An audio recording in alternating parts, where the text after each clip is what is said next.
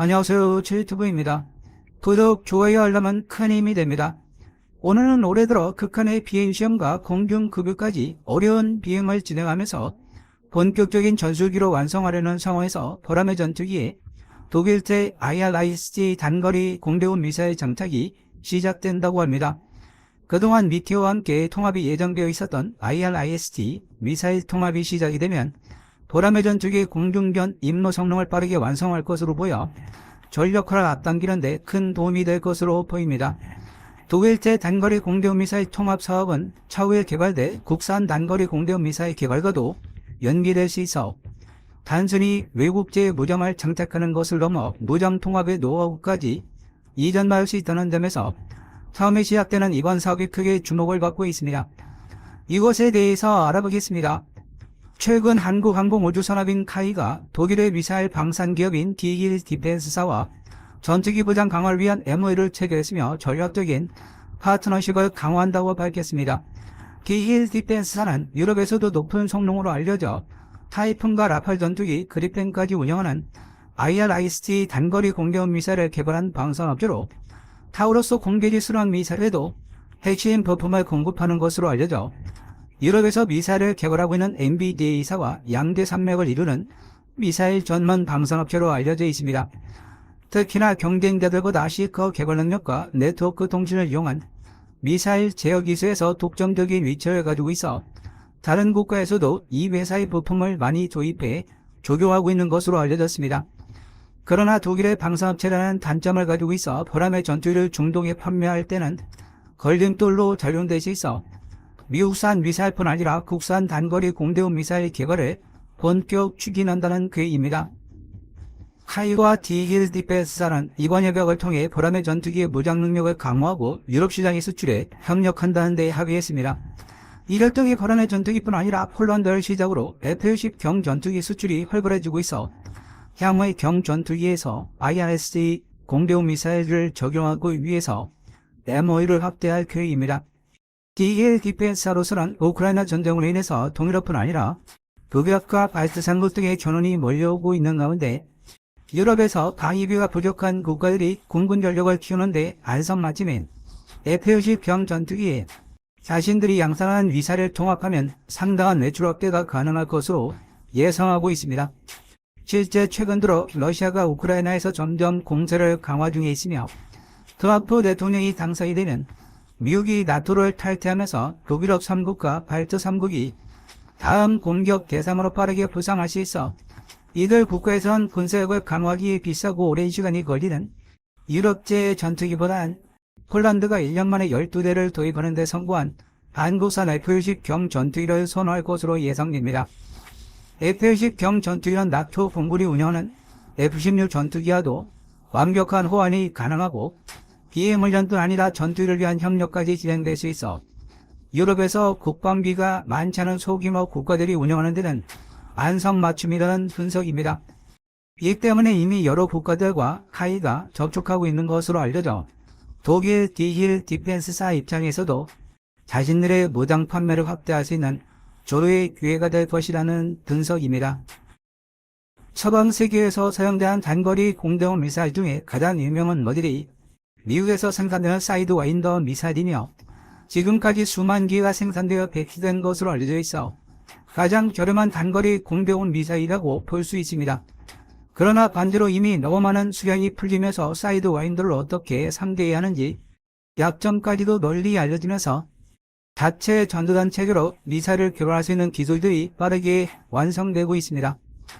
여기에 미국은 자신들이 개발한 사이드와인더 최신형을 판매하지 않도록 법으로 강제하고 있어 이전 버전의 핵심 기능이 제거된 상태로 오광국에게 판매되고 있습니다. 대신 많은 수량을 양산하기 때문에 발당 3에서 4억 원 정도의 뛰어난 가성비를 가지고 있어 대량으로 도입해 무장할 수 있다는 장점도 있습니다. 그러나 F-16 전투기를 동시에 운영하고 있는 앙숙인 터키와 그리스는 미사일도 같은 기종을 운영하기 때문에 서로의 장단점을 잘 알고 있는 상태로 그리스는 이를 극복하기 위해서 프랑스에서 개발된 라팔 전투기와 다운그레이드가 없는 미카 공대원 미사를 추가로 도입해 최전방 전력으로 배치하고 있습니다. 그에 비해 터키는 야심차게 추진한 F-35 스텔스 전투기에서도 미국의 반대로 퇴출되면서 구형 F-16 전투기를 개량하는 사업에도 애를 먹다가 최근에 스웨덴의 나토 가입을 찬성하는 입장으로 돌아서면서 간신히 F-16 전투기를 최신형으로 개량할 수 있게 되었습니다. 그러나 여전히 전투기에서 가장 중요한 공격 수단인 단거리 공대공 미사일 전력에서 그리스가 운영하는 라팔 전투기를 상대하기는 어려울 것으로 분석되면서 사거리 20km 정도의 단거리 공대공 미사일 성능이 공중전의 성패를 좌우할 정도로 중요한 무기체계로 빠르게 구성하고 있습니다. 그리스 공군은 편대에서 운용 중인 전대원 포도를 통한 적 미사일 제밍 수단을 갖추고 있으며 미사일 특성을 파악해 마지막 종말 단계에서 어떤 비행 조건을 만들면 사이드와인더 미사일을 따돌릴 수 있는지를 잘 알고 있어 터키가 그리스와 충돌 시 상당한 어려움을 겪을 것으로 분석되고 있습니다. 그에 비해서 라팔과 프랑스군이 운영하는 최신형 미카 미사일을 그대로 도입하는 그리스 공군이 운영하는 미사일 특성을 파악하기가 어려워 터키가 라팔과의 공중전 시 연패할 것으로 분석되고 있을 정도로 최후의 이격을 가할 수 있는 핵심 수단인 단거리 공대공 미사일의 능력은 상당히 중요합니다. 이러한 점에서 IRIS-T 단거리 공대공 미사일은 상당한 위력을 발휘할 수 있는 것으로 알려지면서 서방 세계에서 가장 위력적인 미사일의 하나로 인식되고 있습니다. 독일이 개발한 단거리 공대공 미사일로 유명한 이 미사일은 미국이 개발한 사이드와인더에 비해서 표적을 획득할 수 있는 거리가 4배 이상이나 확대되었으며 탐색 각도도 3배, 추적 능력은 6배나 높은 것으로 파악되고 있습니다. 여기에 제명을 극복할 수 있는 능력과 적외선 대응 수단을 극복하는 능력이 크게 향상되면서 플레어와 체포탄의 방해에도 속지 않는 것으로 알려지고 있습니다. 또한 탐색 각도가 90도를 넘어 180도 이상으로 시커가 회전하기 때문에 탐지할 수 있으며 시커를 구성하는 적외선 탐지소다도 사이드와인더와는 달리 고해상도의 초점론 배열 시커를 운영하고 있어 전투기를 후방에서뿐 아니라 전방에서도 공격할 수 있도록 했습니다. 이는 뜨거운 열을 발산하는 엔진이 달린 전투기 후방은 일반적인 적외선 소자로도 탐지할 수 있는데 전방은 엔진보다 뜨겁지 않아 대부분의 미사일이 탐지할 수 없다는 문제점이 있습니다. 그러나 IRIS-T 단거리 공격 미사일은 이중 대역의 적외선 시커를 높은 해상도로 적용해 미세한 적외선의 온도 차이를 구분할 수 있으며 전투기가 마의 속도로 전방에서 날아올 경우에도 기체의 표면 온도를 미세하게 탐지할 수 있는 능력이 있어 모든 종류의 표적을 낙원시킬 수 있습니다. 이러한 고성능 시커를 적용해 사우디군이 도입한 타이푼 전투기에 적용된 IRIS-T 미사일을 발사해서 예멘 반군이 발사한 순항 미사일을 격추하기도 했습니다. 이러한 시커 탐지 능력을 활용해 공대공 미사일뿐 아니라 지상이나 해상에서 운용할 수 있는 대공 미사일로도 개량해 사거리에 따라 단거리부터 장거리까지 대공방어 무기 체계로도 활용될 수 있습니다. 또한 DS는 IRIS-T를 능가하는 새로운 단거리 미사일 체계를 개발 중으로 6세대 전투기에 탑재할 신형 공대공 미사일을 자체 개발하고 있는 상황입니다. 특히나 독일은 스페인과 프랑스와 협력해 4세대 전투기를 개발하려는 사업을 진행할 계획이며 2030년대에 등장할 신형 전투기를 위해서 D-4가 새로운 단거리 공대공 미사일을 개발하기 시작했습니다. 신형 단거리 공대공 미사일의 특징은 완전히 스텔스화된 외형을 가지고 있어 기존의 원통형 형태의 앞뒤 날개를 가진 단거리 미사일의 형태가 아니라 스텔스 효과를 높이기 위해 복잡한 사각형의 구조를 가지고 있습니다. 여기에 날개도 내부에 수납되어 발사 후에 전개되는 방식으로 피탄 면적을 줄이기 위해 날개를 축소하고 가변 노즐을 채택기 미사일의 기동성과 회전력을 확보하려는 것으로 개발되고 있습니다.